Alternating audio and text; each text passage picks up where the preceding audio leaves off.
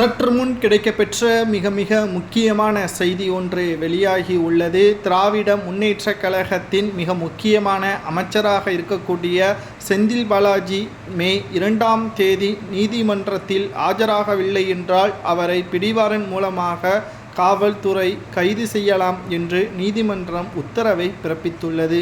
ஆனால் திடீரென்று அமலாக்கத்துறை அதிகாரிகள் செந்தில் பாலாஜியின் மனைவி மேகலாவை டெல்லிக்கு அழைத்து சென்றிருக்கிறார்கள்.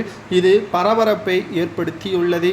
கிட்டத்தட்ட 2 மாதங்களாகவே திராவிட முன்னேற்ற கழகத்தை குறிவைத்து அமலாக்கத்துறை அதிகாரிகள் காய் நகர்த்தி வருகிறார்கள்.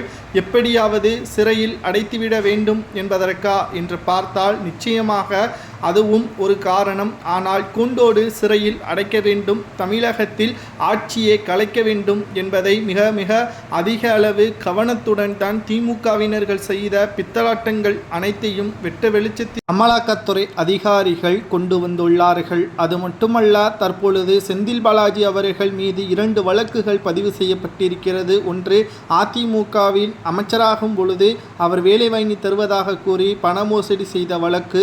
இப்பொழுது தமிழக டாஸ்மாகில் மிக மிக அதிக அளவு முறைகேடு நடந்திருப்பதாகவும், கொள்முதல் செய்ததில் 1000 கோடி முறைகேடு நடந்திருப்பதாகவும் 2வது வழக்கு பதிவு செய்யப்பட்டிருக்கிறது.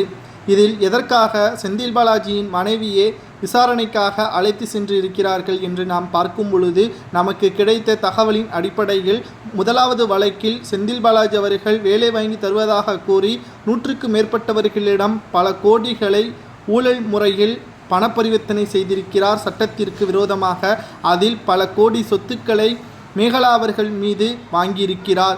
அந்த பணம் எங்கிருந்து வந்தது? மேகலா அவர்கள் தனியார் நிறுவனத்தை நடத்தி வருகிறார் என்று பெயரில் குறிப்பிடப்பட்டிருக்கிறது. ஆனால் அந்த நிறுவனம் பெயரில் மட்டும்தான் பதிவு செய்யப்பட்டிருக்கிறது.